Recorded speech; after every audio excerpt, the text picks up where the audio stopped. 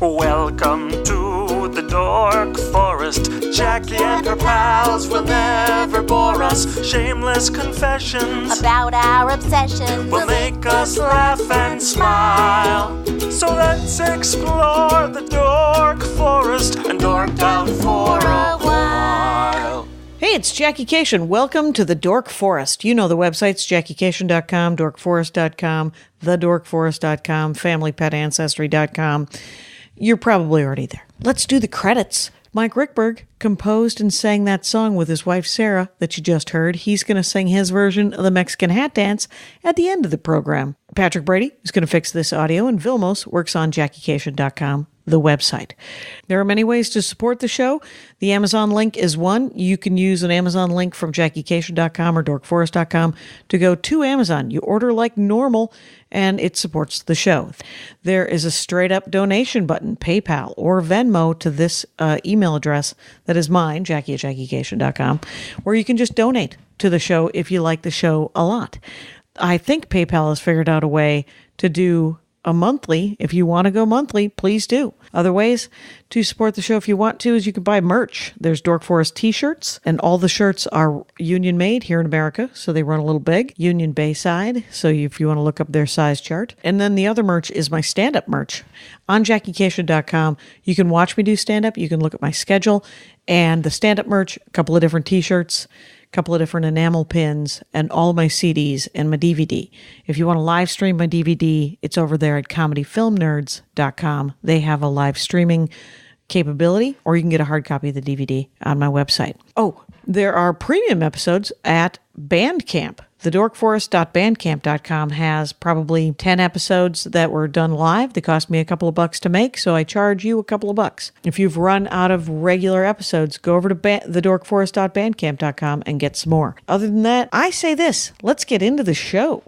Hey, it's Jackie Cation. I'm in my living room with Melanie Vesey. Welcome back to the program, or welcome to the program. Thank you were you. a comic of the week on Jackie and Laurie, and so I that's where I got distracted. That's okay. Ladies and gentlemen, Rangers, what you should know is that it's at Melanie Vesey, Vesey, on Twitter and Instagram. Yep. And it's melanievesey.com. Stand-up comic, very funny. And you're here in my living room. It's going to be exciting. It's essentially, you've gone down a rabbit hole, your dorkdom, of self-promotion. Yes. And you can tell others how to do it? Yes. Sort of. At the very least, you could tell us how you do it for you. I totally do it for other people. Doing it for yourself is very challenging. That's why you actually need somebody else to help you do it. Right. Well, you need a team. Who doesn't want a team? Fuck. Absolutely. Yeah. Oh, I can swear on this, yeah? I believe so. Okay, good. I think so. Okay. I think it's the way that I like to describe it is that like you're inside the box, right? Of like promotion, you're promoting your thing, right? Your comedy album, your movie, your book, whatever. And because it's your thing, you have a bunch of blinders on, and somebody needs to be outside of the box. Little perspective. Telling you how to get out of the goddamn box. Oh, right? fair enough. All right. So like the instructions are on the outside of the box going, right. Hey, this is what you need to do, and I'm going to coach you through it. Okay. I'm kind of like a PR sponsor. Okay. yeah. So it's what does that mean, though? I mean, because there's so much stuff. Like there's Snapchat and Instagram and Twitter and Facebook and Tumblr and your website. Your website, which isn't used as much as anybody anymore. I mean, a lot of people don't even have them. I know, which I feel like is a massive mistake. Okay. Because I feel like your website is your home base. It's actually like social media, everyone leans on that. Yeah. But I actually think that that's not the destination. The destination actually is your website. Okay. Because that's where all your stuff is. Because the goal is, right, to make money, sell tickets, sell your crap, your fucking your podcast, your website, show the world your jam. Yes. Yeah. Right. And that's also where you can also introduce yourself to people, because if you're growing an audience like you're somebody who's doing shows for new people all the time. Who are you? Who is this person? And when they go to your website and they're introduced to you, they're like, oh my God, she was on that show. She did that. She did this. But when you see it on social media, you're only seeing one moment, and they don't know that there is a huge timeline that goes along with that moment. Okay, so you would say that everybody should stick it out and keep doing their website. Abso-freaking-lutely. Okay. And now, how long have you had with your website? So do you do websites? I do. Okay. I do. So HTML or whatever? I do not do HTML. So this is what I do. Because the old model is people used to hire a web designer. And then that web designer would have the lock and key to your stuff, right? Then something amazing happens, and then sometimes there's like a slow turnaround or whatever, and then like your website is just over there. So what I like to do for people is I build their website on a consumer platform like Squarespace. Okay. Then I teach you how to update it. Okay. Then Joe in wherever is not going to have the keys to your website. Now, if you've got the budget to have Joe run your website and he can do it with a quick turnaround, then great. Then that's a different perspective. Right. Most people that I'm working with are, they're up and coming. They're just getting their feet wet. That extra $500 a month they'd rather eat than give it to website guy. You know? I know that Bamford has somebody doing her website and updating. Is it you? Yeah. Oh, you update her website, mariabamford.com? So, no, I'm building her new website. Okay, because she had the old one. Yes. And then she had someone building, and then she had someone update it and do that kind of thing. So I'm building the new one, the new version of it. I've known Maria a while, and she's amazing. And I was at a Christmas party at her house, and she was posting something to Instagram, and I was like, Maria, you've got like 5 Instagram accounts. Sure she does. And is that you that's working with her on Instagram? Yeah, that's me too. Well, she keeps forgetting the password. And so I fixed that. So how did you fix it? So let's actually just talk about Maria Bamford's social media presence because it's hilarious. Here's the thing. Maria is not alone.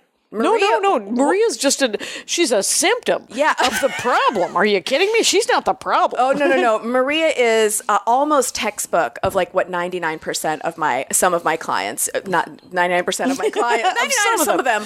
I would have to say the people that are really not understanding what this is, she's 100% of that. Right, that's 100% of that. So what we had to do was, unfortunately, we couldn't get to the bottom of 4 of those accounts and then delete them because they were attached to email addresses that she no longer has access to, which I seriously cannot stress to people enough. Save your freaking passwords. Yeah. You got to get a tablet. You've got to get an app. You've got to get a thing. This has happened to multiple clients. They get locked out of websites. We have to start over, Instagram accounts, what have you. So what I had to do was we had to have a whole strategy around getting her back to the account that had the most followers. Okay. Because that makes sense. Right. Because Maria's in the business of selling tickets in addition to making people laugh and being brilliant and all the stuff. But she has many irons in the fire. She really does. But we all have to do this thing now, right? Yeah. And also, too, it's about... It doesn't matter if you have a pottery business or if you're a comic or if you're a musician or what. Well, and it's also about like long term. Like Maria... it's like Lady Dynamite. Awesome. Great. There's probably another special on its way. But in the meantime, and then also beyond that, Maria should be earning and feeling good about what she's doing and bringing it to the people. She's not doing it to keep it secret. You know what I mean? So if you've got a project, that's great. But I'm also about talking about how can you continue to earn from this stuff, and so that you don't feel like it's not working, and then you get discouraged, then you're tired, you're not feeling validated, and then you give up. Like that's a big part of why I do this, is because I see artists struggle so much in doing all of this. And it's not necessarily that the product is bad. It's just that they can't get their head around some of the business side and the promotion. It's a different job. It absolutely is. Yeah. So, So I was like, you've got 800 Instagram accounts. Yeah. So I helped her clean all that up and get back to the account that had the most followers on it. Right. So it had 17,000 followers when I got back on it. Right. And then she would like one account with 300 and one account with 5 and then one account with 1,700. And I was like, you've got to be on the account with the 17K, you Right. know? So then, and then she's now back there and taking great. So she figured out that one. Yeah. Or you together figured out that one. We certainly did. And so the other 4 accounts are still there, though. So this is what I did. I took her image off of it so people aren't confused. So there's just a kind of like a blank image so that whatever.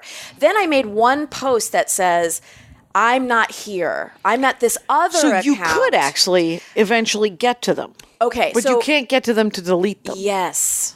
Okay. And that's the thing about these platforms that people don't understand is that if you don't have the original email account, they will not talk to you. Mm-hmm. Twitter won't talk to you. Instagram won't talk to you. Facebook won't talk to you. Okay. And that's because they deal with hacking. There's so many people. Someone can't come along and just be like, I want to delete this account and then have Instagram be like, okay, great. You know, it's like, no, you have to prove who you are and do that stuff. And that means having access to the original email. And she doesn't have that. No, there's Yahoo accounts and there's Hotmail, and I have an AOL account. So. I still have my old AOL. Because my great aunt still uses it. Oh, it's she doesn't actually use it anymore, but she did, which is why I kept it. Wonderful. And now I'm glad I've got it because it's. Well, also you want to sit on it too because you don't want some wingnut using your name. My AOL account was created in 1989. Cute. So Adorable. it doesn't have anything to do with my name because it's AOL. Right. So you came up with a funny name. Yeah, I didn't. My sister did. So it was. It's all good. But the weird thing is so you're making a website on Squarespace or WordPress or Squarespace. Okay, and why Squarespace and not WordPress or not WordPress? Weebly? No. Or Weebly? No. So the reason why I love Squarespace is it's super user friendly. You can't screw it up. And that is kind of can also be a challenge sometimes because you might want it to do something. You're challenging someone. It might be a challenge to do something on it that it won't let you do? Yes, because they won't let you make it ugly. They're like, you will make this look good. You know what I mean? So there is kind of a simplicity to it. I love that the analytics are already plugged into it so you can see exactly where people are coming from and what they're doing. Okay. And that's good for anyone to know. They should know where people are coming from. Right, if you need those stats. Oh my God, it's really important. Yeah, it's important if you want to do something with them. And then really my number one reason of doing that is so that I can then hand it back over to you, the owner of your site, and be like, hey, you want to make an update? You want to put your shows on there? You want to add merch? I'm going to show you exactly how to do it. And you're going to save money over time by not having to pawn it off to somebody else. Right. Now, if you have the budget, great. Then you can have somebody else. And you can pawn it off to somebody else cheaper. Yes. Because if it isn't HTML and if it isn't some sort of specialized knowledge, someone, a lot more people can do it for cheaper because it's easier. Yeah. More money in the machine. I'm always about keeping more money in the machine long term. Yeah. Okay. That's so, and you liked, why don't you like WordPress? WordPress. Or Weebly? I haven't had direct experience with Weebly. I have had direct experience with WordPress, which was it buffered like crazy when I used it in the past. It didn't come with analytics plugged in. You had to do a bunch of plugins. And in the end, it was way more complicated. I just found that any client that came to me with any sort of WordPress connection, they were straight up confused. Well, I have the Dork Forest's website is a WordPress, and a guy made it for me several years ago, and it was great. Yeah. But it's constantly having updates, plugin updates, and it does have that, and I can't really I want to put an image on it, and I don't know how to do that. Yes, and so you shouldn't have those handcuffs on. Right, there should be a place where I can just put an Amazon link. Yes, just a banner link, but I can't. Okay, and so it's fine. Yeah, and I also know too that I don't think that's. Probably the reason why you did it was probably because it was before Squarespace really kicked off. So WordPress was the place. So you did the right thing. You went to the biggest one at the time. It was the most popular, and you just went with the flow. But now you're there, right? And then you're also noticing these do have some issues with it, and that you feel a little bit left out. Right. And how do you and how do you transfer, and why would you transfer if something isn't really broken? If you've got a workflow around it, and I talk a lot to people about workflow. What is that? What does that mean? Workflow means how, in the end, the goal is if it can just get done. If it just works? Yes. Yeah. And I'm also if it's not broken. Yes. You don't have to reinvent the wheel. And when I come to people, I always talk to them about their workflow. What does their week look like? Because I don't want to just be like, here's the 10,000 things you need to do. That doesn't matter. You actually have to facilitate those things. And if it's not a part of your week to do that, or what, like, how can we formulate this to fit you so that this gets done? Better done than perfect and whatever. You know what I mean? Like, it would be great if it was the best it possibly could be. And the most current and the most state of the art kind of thing. But if it, and it does work. Yeah. And it's not, and it isn't a problem. Right. And the Jackie and Laurie show, which is the other podcast I do, is on a Weebly site that Kilmartin set up, that Laurie Kilmartin set up. And we've got a friend of ours doing the update on that, trying to make it look like something real. Yeah. Where she figured out a way to load a player. Okay. And the list of the shows. Yep. And so it looks much nicer than it did before. Yeah, yeah. Because Laurie knows HTML. And she knows how to build stuff from scratch. Amazing. But she doesn't have time That's the other thing. to do it. I mean, and why bother? And that's when workflow. when you have Squarespace and all this Right. stuff. And that's the thing about workflow, right? So if you're at the point where I've never heard that term. workflow? Yeah. Yes, workflow. The word, because the thing is it sounds like it makes me think of sort of something different than those two words. Because I think what you're saying is because you've used it two different ways. So I'm like, what the? Anyway, so like what your work week workflow is sort of what your schedule is. Yeah. And then your workflow in the way that does something work. Yes. Does it flow work-wise as a task? Those are two separate things, and you're using them for both. So I'm like, what does workflow mean? What does that mean? I see them as the same thing. Like, how can you get the work done and it works easily for you? Even so, so I think what you're saying is that, like, on a micro level and a macro level. Yeah, it feels like you're using them for both. So, but I don't know, because so what you want to do is leaving aside that word, which has clearly driven me mad. Okay, yeah. And I'm just like, I'm not going to try to figure it out. And because it's literally what you want to do is you want to make something as simple and as good looking as possible that is also user friendly. That the user interface. That you will get done. That you will get done. That as a person you'll get done, not you as a person doing it for someone else. Well, I think that's where you're getting to the confusing part. So, yeah, I mean, if you can delegate this to somebody else and you have the budget to do that, right? Because promotion costs money, no matter how you slice it, right? Either with sweat equity, with you doing it, or you've got the budget to give it to somebody else, right? Okay. So if a part of the workflow, the word that you hate, if you've got the money to give it to somebody else, hey, that's a part of my day. I've got to figure out who's taking care of updating the site for whatever, the new podcast that's out, the new t-shirt I'm selling, the new blah, blah, blah, the whatever, because it needs to get done. It needs to get to the people. Okay, so I'm thinking, I've broken it into two different things, which is someone else who I will almost always pay to create the site. Yeah.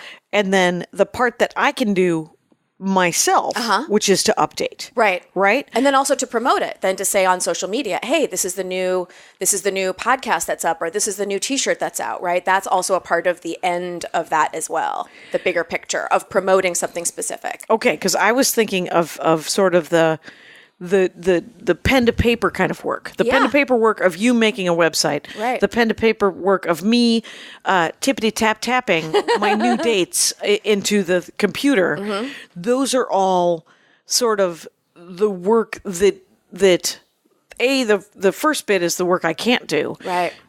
B is the work that you've made possible for me to do because it's an easy interface. Yes. And then the third, then there's like 4 other jobs after that. Yeah. Right? There's there's other promotional jobs. Yes. Where you have to tell someone that you updated it. This type of thing. So what you're talking about is why is the third part hard? I mean, it obviously just takes time, but like, and I suppose to learn a new interface. Like I remember when I went from MySpace to Facebook, I was like, everyone kept saying how intuitive it was. They always say that. They always say, oh, the iPhone's so intuitive. It's intuitive-ish once you learn how to use it. Yeah. And then you kind of know how to do the next thing in it. Yeah. But the learning curve initially is like every learning curve. So, and even with Facebook to Facebook now, I mean, the updates on the like page, I'm literally sitting with a client on a Wednesday, and then literally on a Thursday, there's a different button there that I didn't know was there. Like, even the updates that happen on Instagram and Twitter, and like, oh, we've changed the interface of this. And all of a sudden you're like, wait, like, I thought I had this down, and now I don't even know, right? So it's actually happening on the platforms all of the time, even if you don't even jump to a new platform. Because they're constantly adding new features? Yeah. And they're in competition with each other. I mean, Facebook owns Instagram, so that's why they're matchy-matchy and they're totally in bed together. And they haven't always, like Facebook they just got Instagram, or have they always owned Instagram? It's been like in the past, like maybe it's been like a year or two, maybe a little bit more that they've owned it, which is why the free lunch over at Instagram is over, which is why you need to pay for people to see your stuff.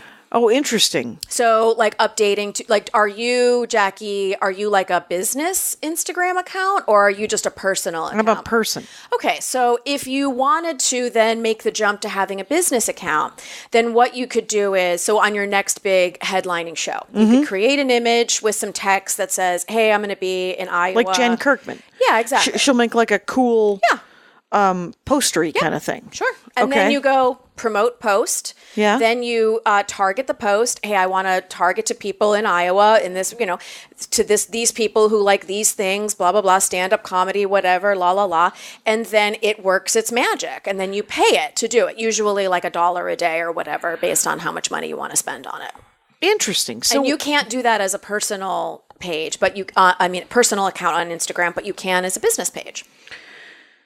Okay, let's unravel whatever just happened. Because I'm new enough to Instagram, because what I tend to do, I used to love Snapchat. This is entirely separate, but they changed the user interface, and now I can't see any of my friends. Snapchat is, I feel like... I can still play with the faces, which is my favorite thing to do in Snapchat. And boy, do I love a filter. Bitch loves a filter. I love a filter. I love a Snapchat, but I can't see what my friends are doing, which used to just be a list where I just had them in a list and I could click on their different names. What I've noticed is, because I have a 14-year-old child, and what I've noticed is whenever I hand my phone to him, he is not afraid to take his finger and go everywhere on the screen. Swish, swipe, tap, whatever. For me, and because I'm somebody who computers didn't come into my life until I was in high school, junior high, until like the Whopper showed up, till War Games happened. You know what I mean? And then but see, I think with me, when I was learning computers and stuff like that, you could break it. Right. A plug could fall out of a wall and you would lose your entire thesis. Right. You could press a button and like shift something up, finger slip, and delete the whole thing. So I have a deep fear in me that I'm going to break it. Okay. My kid doesn't have that. He's not going to break it. He knows he's not going to break it. He knows he can always go back. He knows he can always delete it. He knows you have to investigate in a way. So he'll just tap and swipe and push, and he's not afraid of the platform. Okay. But when I look at the platform and I don't immediately see an arrow or a thing that's helping me, I don't know what to do. And I, of course, have that fear that I'm going to go live and naked on the couch. Right. Yeah. Fair enough. So, and I also know too that like Google is your friend. So, you know what I mean? Like just Google it. Hey, what's the new interface on Snapchat? How do I see my friends on Snapchat? And some wonderful person in Timbuktu has made a wonderful tutorial video. Or there's a list of instructions. Oh my God. Somewhere. I love a list of instructions. I love a list. Yes. So, okay. So what I would say is that, so on Instagram, for example, my Instagram, what I do is I tend to record the thing I want to record on Snapchat. I download it to my phone, and then I upload it to my Instagram. Great. That's what I do with hotel art. I love hotel art, by the way. Hotel art is a lovely, it's an opportunity. I love it. To see some art in a hotel. Smart. So smart. Well, it's just like everything smart. I fell into it. So I just started doing it, and then people were like, well, that's hilarious. And I'm like, all right, then let the games continue. I think I was once in a hotel, and I think I wanted to record a hotel art for you. People send me their own hotel art sometimes. They're like, look what I saw. And I was like, But I think at that's the some art. time, we couldn't send direct messages yet, and I couldn't figure out. We weren't close enough for me to even send an email yet or whatever. wow. So I Yeah, couldn't, yeah. you know what I mean? So I was like, oh, screw it, whatever. But yeah. Yeah. It's, I never, like, but I don't do it because I know that I could do video in Instagram. Yeah. But I don't know how to do that either. So In the stories, you can do the video there as well. But again, like if you found the thing that works and it's faster for you, I just feel like we don't always necessarily have an extra 30 minutes to figure something out. Do you know what I mean? Like, so if it's working for you, then great. Then keep doing what you're doing. Yeah, there's no reason for me to overthink it, I suppose. Yeah, no. Yeah, because if it is working. So now to backpedal to what you were saying about a personal page versus a business page. Yeah. I have a personal page and a business page on Facebook. Mm-hmm. And I've been thinking about getting rid of my personal page just because it is annoying. And the business page is entirely stand-up. And it's all, I have a business page of Facebook. It's called Jackie Cation Jokesmith, if anybody wishes to go. And then I have a Ranger page, which is just a group page where people who listen to this show can fiddle and diddle and talk about the show and if they liked it and and then give me more information about people's dorkdoms. And it's very exciting. Yeah. And Love it. And it's super fun. But I don't know if I got rid of my personal page, would I be able to access that group? So no, you need a personal page to access the like pages and the group. So you do need to keep the personal page. Now you're in a little bit of a different situation than most people who are kind of emerging because you're established. So your like page can stand on its own.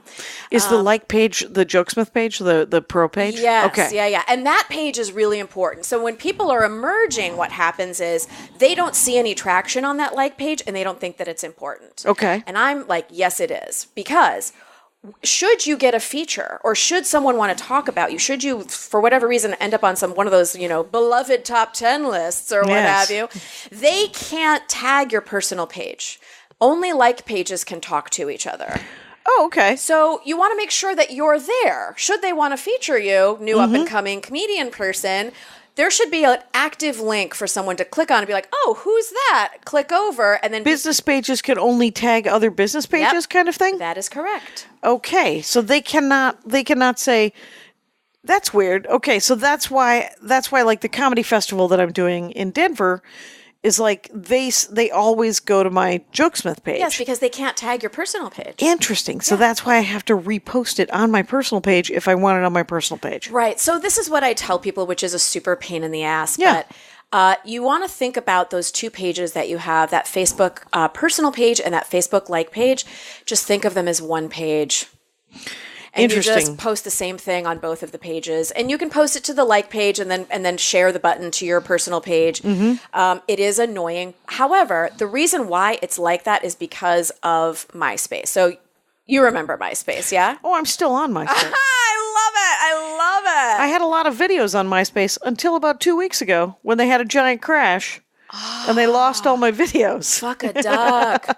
And they were all they were all copyrighted videos that I was hiding on MySpace, but I needed them for bookings. Craptastic. So, Can you get that back? Well, they're on 3/4-inch tape. Wonderful. That just needs to be digitized. Okay. So they might be on a CD in my filing cabinet. And you're like, I've got to get to that. As soon as you have an extra 10,000 seconds to rub together to get that That's done. it exactly. Yeah. I don't even... Oh, my crap. Well, that's annoying. Well, I mean, the reason why Facebook has two different worlds, one for businesses and one for civilians.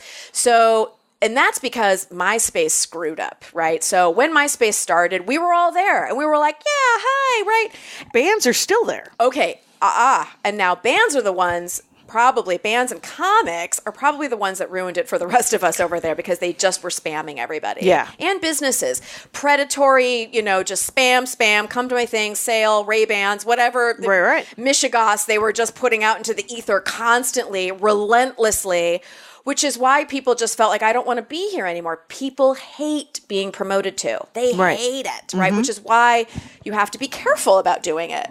That's why you do 80% non-promotion and you do 20% promotion. Okay. So on MySpace, I think Facebook learned their lesson by watching how people's activity was and their experience over there. So they're like, no, you can't be a business on Facebook and be able to contact civilians because people will use predatory methods to unless you people. pay for it. No, you can't contact a civilian from a like page at all. Oh, you mean like ads? Yeah. That's different. That's different than being Why is that? Because you can't get into somebody's inbox. Oh, I see. So you can't DM them. Yeah, you can't tag their personal page. Like, I mean, you see when people get hacked, there'll be like a photo of Ray-Bans with like 500 people tagged on it. That is like the worst thing. And that's what they're trying to not have happen every day. You know what I mean? The people are just terrible people, but business sense, which is why when comedians do the thing where they send me constant invites to their shows and I'm like, I'm a comedian. And I don't care. Well, either book me on your show. If you're trying to tell me about your awesome show, great. I'd love 5 minutes on your show, 10 minutes, 20. Sure. Hey, I'm ready. I got the time. But I'm not your demographic. Right. You want people that go to comedy. Right. That is a different. You want people that go to live events. Right. You want people that do that. That is a different way of looking at it as opposed to just spamming other comics. It's not, that's bad promotion. That is fascinating because it's, because what I do with the Jokesmith page versus my private page is on the Jokesmith page is all promotion. It's all promotion and then maybe a funny anecdote. Okay. Or, and unfortunately, Hotel Art, my Instagram goes to my personal page. So, like, just off the top of my head, not looking at your stuff, I would, without knowing. I would have your, I would definitely turn your Instagram into a business sitch. Okay. Just so you could promote over there. Just so that if you've got bigger shows or you've got an album coming out or like. Well, I'll make a poster.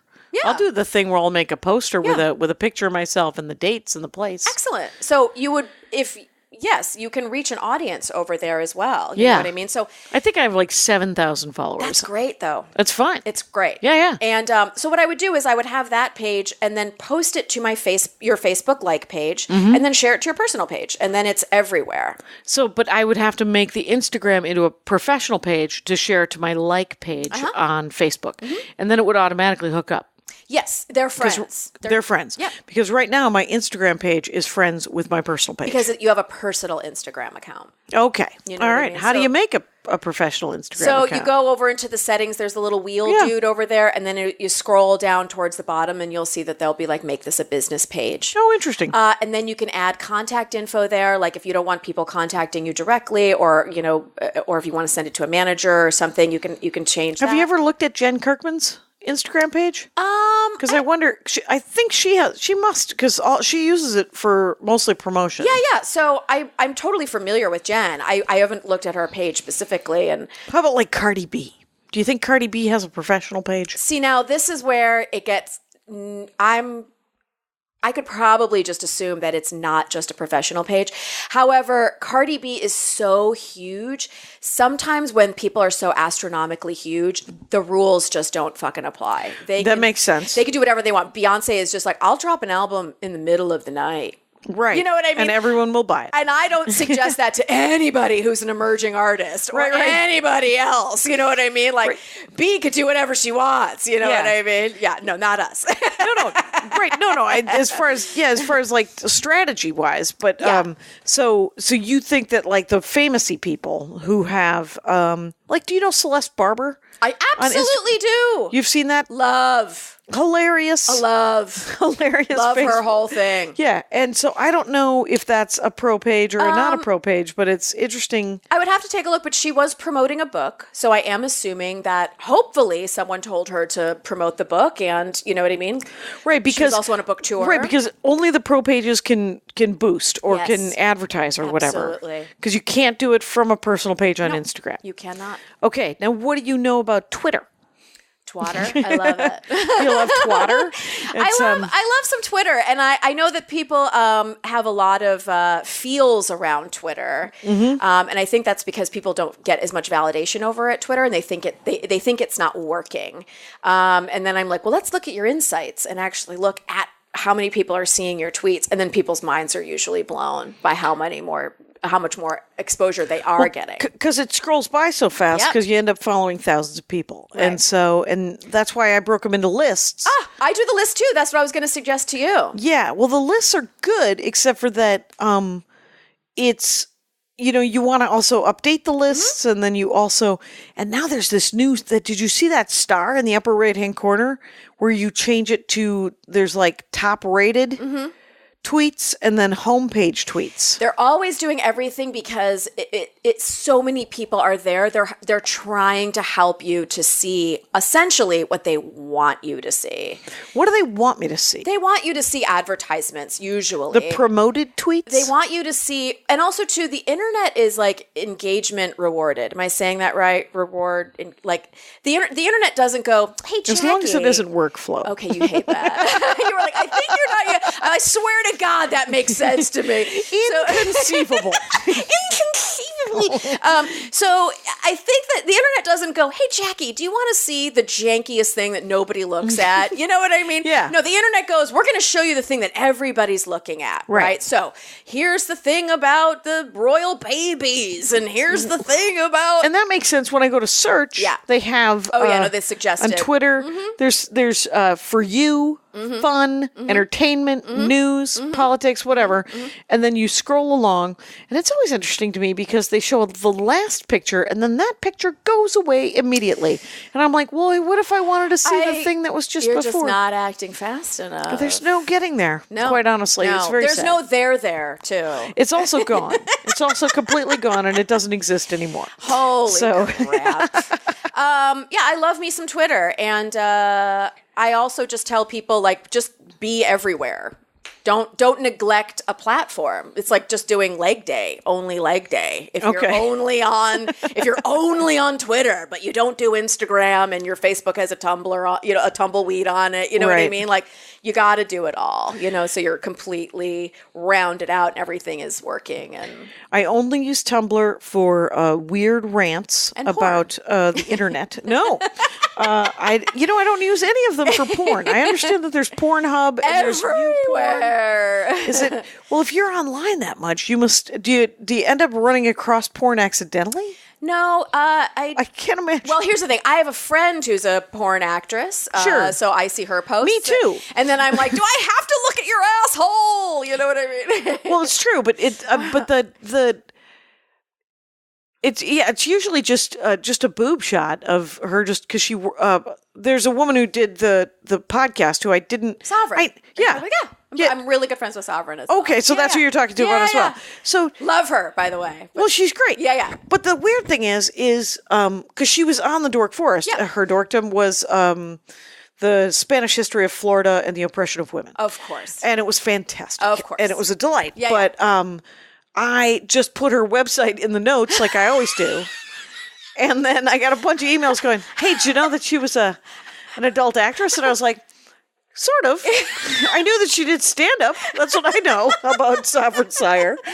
Yeah, it's funny because, my kid will be like laying next to me on the bed and we'll just be on our phones, just having a quiet little talk, parallel whatever. play. Yeah, and then all of a sudden it's just her, you know what I mean? And I'm like, all man. noodly. Yeah, totally noodly sometimes. And I'm like, let's go by there pretty quickly. I know, but, whatever. I don't stumble upon it. Like, I think if you're not on porn sites all the time downloading porn, like I think if you just kind of go over there and you're not engaging with the platforms where they're sending you stuff and they're Or you've joined a mailing list accidentally? Yeah, no. I've escaped that pretty quickly. Yeah, I don't get. We can knock on particle board, Sure. but I don't get any porn offers. Yeah, thank God. And which seems seems really for the best at this late date. My sexual exploits are pretty containable. Yeah. And it's unnecessary for me to branch out at this late date. Yeah. But and now what about YouTube? I've only, like, about 3 years ago, I put all the Dork Forests on YouTube. Because my nephew, who was 17 at the time, so I guess that would have been 2 years ago, he said, "Are you on YouTube? People will listen to podcasts on YouTube." Wonderful. Great suggestion. And I said, "What? Why would they do that? Why wouldn't they just download them to their iPod?" And he goes, "Stop saying iPod." And stop saying workflow. Exactly. and luckily Libsyn has a one click. Great. They'll move them all over to YouTube forever. They're trying to help you. They're totally trying to help. It's wonderful. So so they're all over on YouTube as well. The Dork Forest is there. The Jackie and Laurie Show is there. Great. And it has actually increased my my subscriptions over there too. Right. And Lori Kilmartin yesterday was talking about how she just tried to monetize one of her her videos or something. Yep.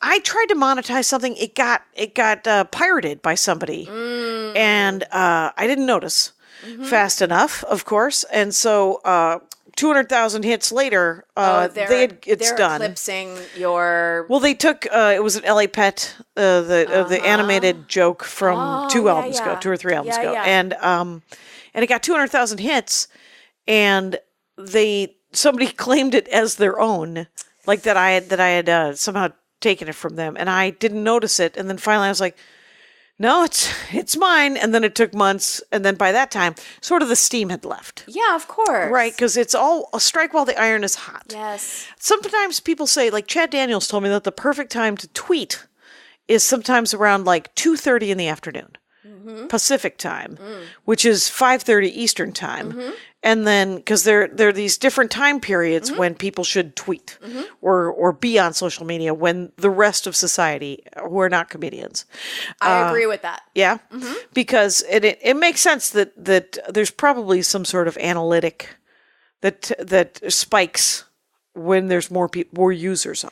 Twitter almost goes completely dark after like 5 p.m. LA time. And also, too, on the weekends. It's like there's just not as much traction. Okay. And I usually tell people, like, if you've got really something important to say, you want to stick to Tuesday, Wednesday, and Thursday to talk about it. Okay. Like, Mondays and Fridays are kind of like baby weekends. They're always holidays. Everyone's got one foot in the bar. You know what I mean? Like, it's just that kind of like attack. Like, as far as the numbers go, when people are in front of their computer during, like, regular business hours, I like to tell people, like, 9 a.m. sometimes. Like, and you can schedule things, because then you've got LA time, you've got New York time, and more people are up for longer, right? Then if it gets engagement, it stays in the feed longer, and it'll stay in the feed for the rest of the day. Okay. And then more people will see it. Okay. Well, I should take that under advisement because I tend to post the Dork Forest episodes because you can schedule it on Libsyn, and I always drop them at midnight on Tuesday.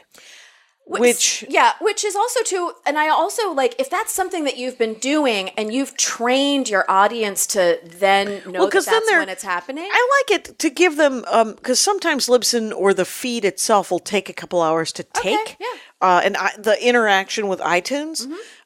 So by like 3 a.m., it should be in their download so that at 6 or 7, when they get up to go to work, it's available, right? Okay, that's fine.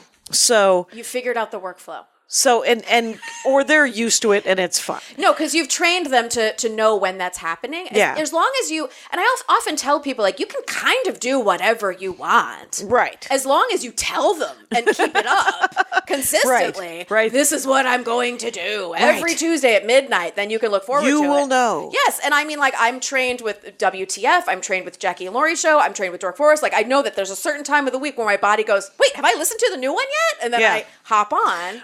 There's a webcomic that I do that I have never seen any promotion of this webcomic because it is speaking of porn, it is actually a filthy, it can be super filthy. It's called Oglaf, OGLAF.com. I don't know. Well, it's sword and sorcery dick jokes.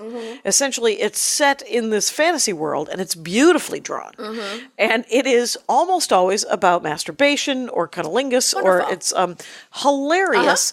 It's always funny. It is not always filthy, but it is always funny, and it comes out on Sundays, and usually around Monday or Tuesday, I'll be like, did I read the new Ogloff? Yeah. And so it's amazing that they do, the consistency is so important with all of this stuff. 100%. Like, I can't preach that enough to people. Like, when people come to me and they're like, I don't really want to start a blog. And I'm like, great. Do one. Okay. And see how long it freaking takes you, right? Right. Because then people write War and Peace and it takes 20 hours. Right. And I'm like, can you chop this into like 10 posts? Yeah. And then put those in the can and schedule them, because like I'd rather see you do less over more time and consistently, because then usually what people do is they do 5 posts or 5 podcasts. They realize how long it takes. Their life takes over. They're not ready for it, and then it bails. And then they're doing like, oh, I do it on a Friday or on a Tuesday, and then 6 weeks go by. Oh my God, you guys, I'm so sorry, but I'm back. And then the audience is like, I don't know when your thing is happening. Right. And they're not, and it's cumulative. Much like everything. And no one goes like, oh, I can't wait to go back to that janky ass podcast. Like nobody's like, that's poorly planned and it takes a while to do such things, obviously. But so here's a question. What about blogs? Are they still a thing? Are we on Medium now? What's happening? That is the $1 million question, because I still have people who are contacting me who really just want to get on the blog tip. And here's the thing. I think you can pretty much do anything as long as you do it consistently and you do it well and you know how to promote it. Okay. So if you've got a blog, now here's the thing, which is that so many topics have been covered. Sure. Why would anyone want to read your blog? Also, podcasts are getting crazy saturated. Why would anyone want to listen to your podcast, right? Well, because, but I have always said this, because in college, someone asked me what I was with some poli-sci professor, and he said, well, what do you want to do after you graduate? And I wanted to do stand-up, but that was never an acceptable answer. So I said, I'm thinking about being a lawyer. And one of the other students that was there, he said, there's going to be too many lawyers. By 1990, there's supposed to be the whole world's made of lawyers. We're just going to build pyramids made of lawyers, or whatever. And I said, well, I'm not planning on being a shitty lawyer. I'm planning on being a lawyer that's interesting and good. And the professor said, yes. That is correct. Please become a lawyer. Yes. And that's what I would tell anyone who is starting a blog or a podcast or things that you think are overdone. Yes. They're like, well, I can't start doing stand-up comedy because there's too many comics. No. Or I'm a white guy and there's too many white guys doing comedy. Not that I'm here to encourage more straight white guys to do stand-up comedy. But I would say this. What's happening here? Well, there's been some sort of parallel universe. But I would say this, is that whoever you are, whether you're a straight white guy, I mean, if you think there's too many straight white guys, don't be that straight white guy. Yeah. Make it unique, make it your own, and do it well. Yes. And so all boats rise in the high tide, yes. right? So we're all going to do well. It's all going to be great. It's all booming, yes. But you just care about it. Yes, you got to have a point of view. You got to have a reason why someone would want to listen. Are you going to bring value? If you're just going to talk about something that everybody's talking about, I don't know, Tinder dates, I don't know. It's like make it personal. It's like if you can authenticize or authenticize, whatever. If you can make authentic or never be afraid to show vulnerability. Yeah. But there's a fine line between vulnerability and self-pity. Yeah. And so it's great to show that I was told very early on not to be afraid to show that vulnerability on stage. Yeah. But there still has to be a punchline. So I understand coming from that area is kind of amazing. Yeah. And that's true with blogs or with podcasts. Like, I think I did, it was Dave Ross and Hampton Yount's new podcast, or new to me. And it's called Suicide Boys or something like that. And it's entirely about suicide. Oh. And it's not for or against. Wow. It is literally, they have thought about suicide a fair amount. Wow. And they want to talk about if you've ever, and what do you think of it? Wow. And it's not a cry for help. It's just essentially, if you talk about something, it takes the power away from it, right? Amazing. So, but they are funny about it, They're super dark and but it's also genuinely heartfelt. Mm-hmm. And so it's a podcast that I had not seen such a thing before. Yeah. And these are two straight ish white Right. guys in Yeah, their yeah. early 30s. Sure. So you would think that had been oversaturated, but I actually find that unique and fun. Not suicide talk. I No. don't think that is. So No. Again, like as long as you've got something that is going to bring some sort of value to somebody, right? Yeah. And you have, and you promote it and you're consistent about it and you keep on doing it and letting it build. And you kind of won't know what's working and what's not working until you're about 6 months in. Like if oh, that people love this kind of topic. Oh, that intro didn't work. Or I noticed when I did this, that happened. Like it takes almost a complete year of doing something to realize what worked and didn't work. Right. Because you're looking at the insights, you're looking at the engagement and what have you and the feedback. You're looking at the numbers. If you're looking at the numbers too hard, instead of how much work, because I compare everything to stand-up, but I mean, once you do stand-up comedy, you realize whether or not you want to do it very quickly. Yeah. Because it is a time-consuming, mostly thankless job, except for the 3 to 5 minutes you get up on stage. Yes. Initially. So you have to really want that. You have to really enjoy that. And the rest of it has to be tolerable to you. So when you get into doing a podcast, when I started doing this podcast, I was like, oh, well, first of all, it was easy to kind of phone it in. Because it was actually a phoned-in podcast. It was done over the phone. Skype or something? It was a conference call. Oh, yeah, great. Yeah, and it was on Blog Talk Radio, and you would call in. It sounded like AM radio from the 70s. Oh, my God. If you listen, you can go to Bandcamp and listen to my 17 favorite episodes of the first 200 episodes. Wow. So, thedorkforest.bandcamp.com. So, they're free. It's an album of them. Yeah. So, but the crazy thing is Joe Wilson was doing all the promotion for that. For the first 3 to 5 years. I forget even how long he did it. Yeah. But Joe Wilson was my co-host. And Blog Talk actually had an interactive chat room. And he did so much of the PR part of it that about 3 or 4 years into it, he was like, I'm not getting anything out of this. This is your show. And he didn't feel valued because I had pretty much let him do that work. And essentially I was like, well, I was grateful, but I didn't really know what he was doing. Yeah. Right? It's a mountain of work. It's a mountain of work. And so there were 60 listeners. And then by 3 years, there was maybe 300 listeners or 500 listeners, whatever. But the number of listeners, when you look at like WTF or I don't know, I'm sure there's, or This American, like the giants. Oh, yeah. Right? Big daddies. Yeah. The big daddies of them, they have something like hundreds of thousands of listeners or even millions of listeners. And I don't, this show does not have that clearly, and it doesn't matter.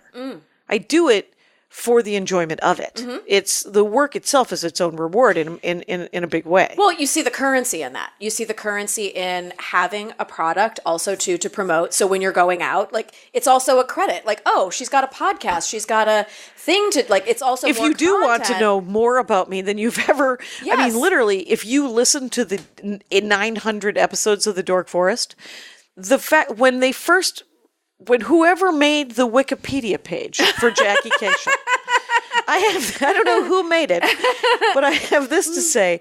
Holy shit, did I tell you some stuff? Because it's got a list of like my parents' names, my siblings' names, where I grew up, my ancestry. I mean, all of these things. It's and amazing. I'm like, and it is enormously flattering. Yeah. But it's also, if I wanted to, I might be creeped out by it, but but I asked for it in a lot of ways. I like people, so I want to interact with them. And if people wanted to get to know me more, this is definitely one way. I just recorded an episode an hour ago about music. It's always an exciting time when I talk about music because I don't know anything about music. I know, I've heard you. I like music. I am not a monster. No. I just don't know the names of bands. Yeah. And that is all. So it's a fun game for people to play along when it is a musical episode. Yeah. So it's good for content too, because I just released my comedy special and I sent the special in the album. I sent the link to a friend. She was like, I just watched it. It's great. What's next? And I'm like, holy shit. Yes. I just sent you 2 years worth of work. Right. when's your next album when you just drop an album is genuinely irritating. People's need for an insatiable need for content, which is also very challenging too, because you do it for free usually in the beginning. Sure. How can you do this and not sink your ship by completely under earning because you're just doing free until it starts to click in, right? So how can you look at this stuff and create the content and have it be there for when that question comes up and people are like, oh, I've got what's next? And you go, well, here's the podcast. I've got, you can go check that out or whatever it is. You know what I mean? There's always something lined up for them to go next. Let's break for an ad. Let's do it. The ads will have already been. This episode does have 2 ads, as a matter of fact, and I've just started advertising probably 2 years ago, I guess. Wonderful. And it's an ad company that contacted me, and I said to them, this seems fiddly. Okay. And it's another task, right? It's another, like I have to record ads. I have to get my audio guy to drop those ads in. I have to find places to put those ads, and I have to keep them tight because we're all bored. Yeah. We're all bored with ads. And I also have to look into the items that I'm advertising.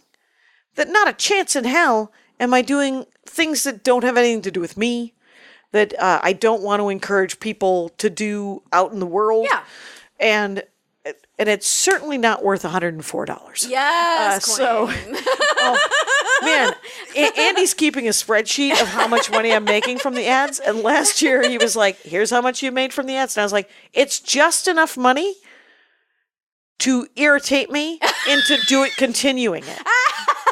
Because it's probably, I think it was $3 or $4 grand. Okay. And I was like, $3 or $4 grand when I used to make $25 grand a year is a chunk of change. And there's a day when I might have to live on this money, right? Yes. So don't throw away the money. Sure. And once streamlined, like everything, where the interface is now easy enough to work with, right? Mm-hmm.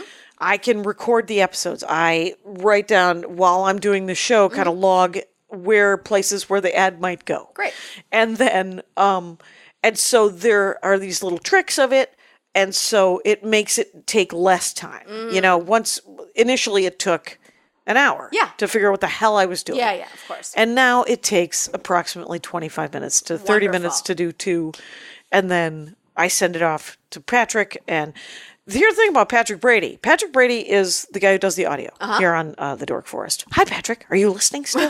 We're talking about you. We're talking about you because 10 years ago, or it might have been 7 years ago, when this show went from being that call-in show to being a pre-recorded show, Patrick Brady was probably 23 years old. Aww. And he had just graduated from film school. And he listened to the Dork Forest. Wonderful. And he listened to the first couple of episodes, and he emailed me and he said, you need help. Please, can I fix the audio? Wonderful. And I said, I don't have any money. And he said, I don't need any money. I would like to listen to this program. Yeah. And it's like, and I just want it to be better. Right. So what happened is he did that for several years.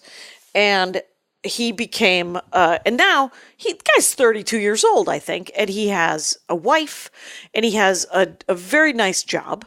And he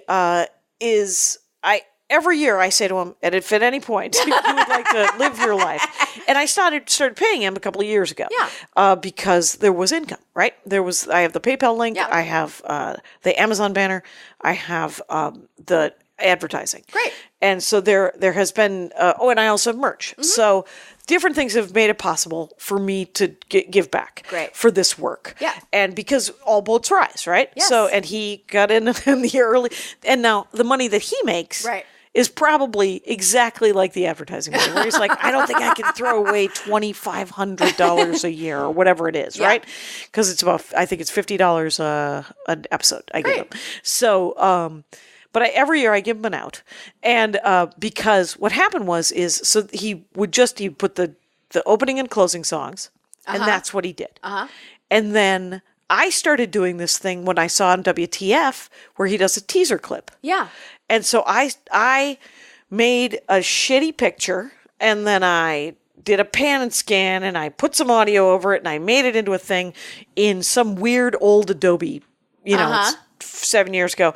And Patrick still listens to the show and wanders around the sites because about a couple of weeks into it, he was like, what are you doing? Can I fix that? So now I send him the time code for the teaser code and the picture of the guest and the picture of the logo. Wonderful. And so he makes that and sends me that MP4 to upload onto YouTube. That's great. And then the ads happened. Yeah. And I was like, I have to figure out a way to pay this guy more. Yeah. Because now he has to drop 2 ads in. Yeah. And It's a whole thing. it's a whole thing. Mm-hmm. The work flow. Yes. Yes. The workload increases. Yeah. And you got to have some sort of team, or you got to have a village, or you have to have enough money to pay people. Yes. But when you're starting, it's usually just you. Yeah. That's why I'm always talk to people about being realistic about how long this takes.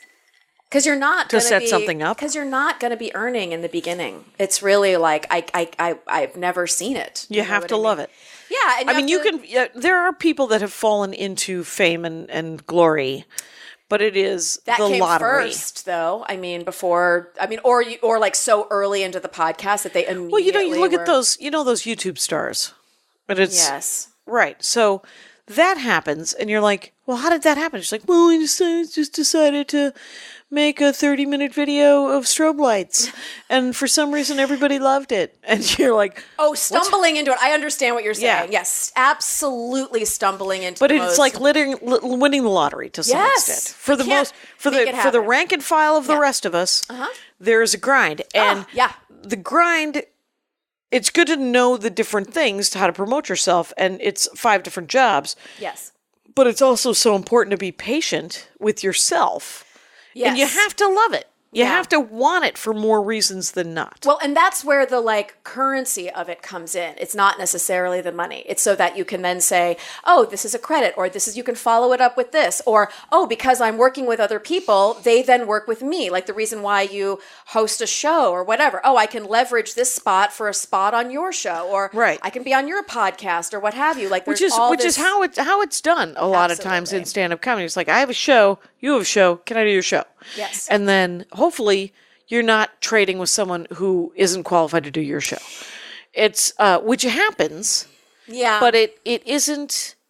It's also not the end of the world. If there's a comic that is not particularly good, and you can give them, if you give one person a 10-minute set and they need it, it might make them good. You don't know when someone's going to hit or figure something out, when something's going to unlock. Yeah. And I'm not saying it can't be a painful 10 minutes, but know in your heart that there'll be 4 or 5 other comics. Yes, especially in a showcase kind of situation. Yes, they will sandwich around the bunk situation, and whatever that is. Right. And if you want them to learn faster, you put them up early. Yeah. If you want oh my God, totally bullet spot. If they're a nice person and you're like, well, let's encourage them because there's something there, you put them in the rocker spot. Yeah. So it's gravy and then they're encouraged. But it's all a learned skill, and this has been fascinating, by the way. We are at an hour. It has gone by. Melanie Vesey, everyone should know that it's at Melanie Vesey, MELANIEVESEY. And it's at that on both Instagram and Twitter. Do you have a pro page? I do, Melanie Vesey Comedy. So at Melanie Vesey Comedy. All right. And then, and MelanieVesey.com. Obviously. And my comedy special is out called Wild Animal. It's on Reverie TV, and you can also listen to it as an album on Spotify and all of that, iTunes and all. What's it called again? Wild Animal. Thank you. Thank you. All right. Well, thank you for doing the show. You're welcome. And Rangers, you know the rules out there. Take care of each other. My hat, my hat, my hat. They're dancing around my hat. My hat, my hat, my hat. Well, what do you think of that? If it looks like a Mexican hat dance and it sounds like a Mexican hat dance, it's most likely a Mexican hat dance. So take off your hat and let's dance. Yay! Oh my God. Why don't we just call that as the end of the show?